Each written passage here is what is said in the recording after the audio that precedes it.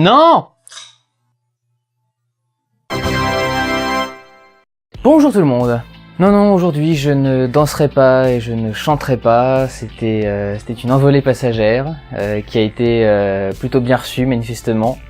À ce sujet, je voulais signaler dans le domaine des fans, la création de la fanpage sur Facebook, puisque nous avions un groupe jusque-là, maintenant nous avons une fanpage, une vraie. Donc l'adresse existe maintenant, elle est disponible ici, je vous la remettrai en fin de vidéo maintenant, histoire d'essayer de développer un petit peu la base de fans du Démon du Rire. Le groupe existe toujours, je vais pas le supprimer, mais les vraies infos arriveront sur la fanpage et non pas sur le groupe.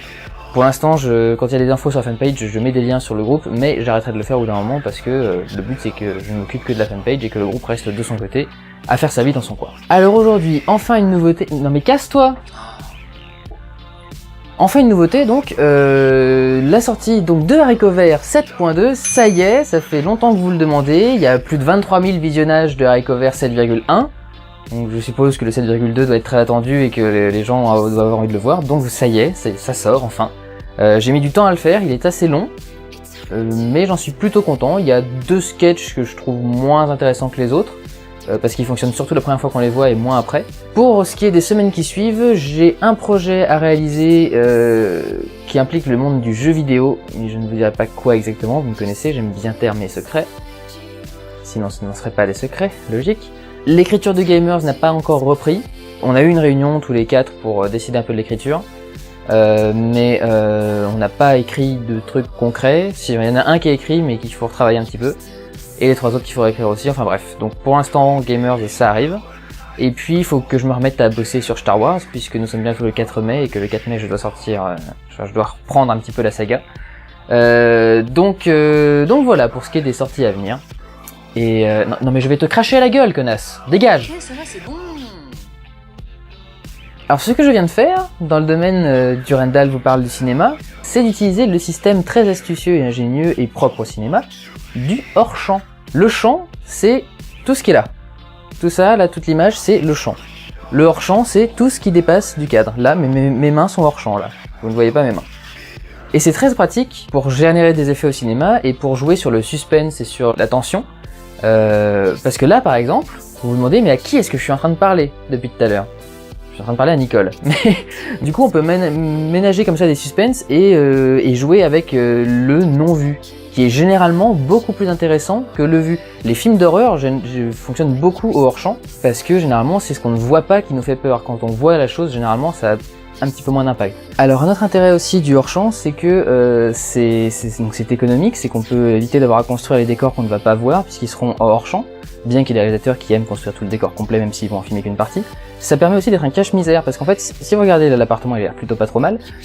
En vérité, l'appartement, il est en bordel, il va falloir que je range plein de trucs, que je fasse mon lit, et si on regarde encore un peu plus bas... merde. On peut voir qu'il y a toutes mes poubelles, qu'il y a le chat qui mange, qu'il y a voilà. Donc voilà, le hors-champ c'est très pratique pour cacher la misère en fait. Et donc avec le hors-champ, je peux empêcher Nicole de débarquer faire un numéro de danse sans la montrer. Ce qui permet aussi beaucoup de jouer sur les films policiers par exemple. Là aussi, travail du suspense, mais qui peut avoir tué un personnage, des genres-là, c'est des... Excusez-moi, je me recoiffe. Ce sont des choses qui sont très utiles dans le langage du cinéma. Parlant de cinéma, Diana vous parle de ses cadeaux.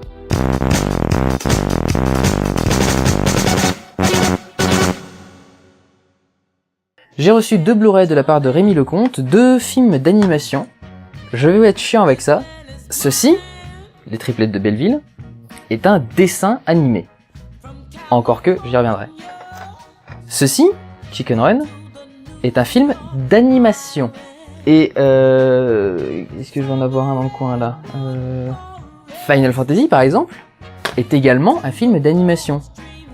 On ne peut pas appeler ça des dessins animés. Ce ne sont pas des dessins. C'est extrêmement courant que les gens et la presse de cinéma en général se gourrent dans ces trucs-là et appellent ce genre de film des dessins animés. Si ce n'est pas du dessin, ça peut pas être du dessin animé. C'est pas du dessin, c'est de la 3D calculée sur ordinateur. Et ça, c'est de plastique ou de la pâte à modeler, enfin des trucs spéciaux d'animation. Ce sont pas des dessins, on appelle pas ça des dessins animés, on appelle ça des films d'animation. Et un truc moi qui m'a toujours, qui me déplaît dans l'animation actuelle, qui est peu présent là-dessus, mais qui est présent quand même, c'est cette façon facile de faire de la fausse 2D en fait, en prenant des modèles 3D et en mettant un effet 2D dessus.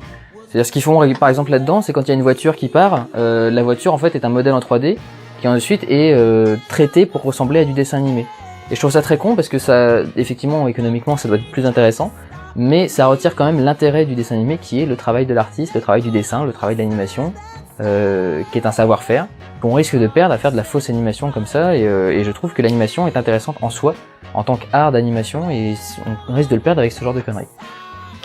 Ils le font très peu. Les triplettes de Belleville, c'est excellent, Chicken Run, vous connaissez tous, c'est excellent aussi. Donc merci Rémi.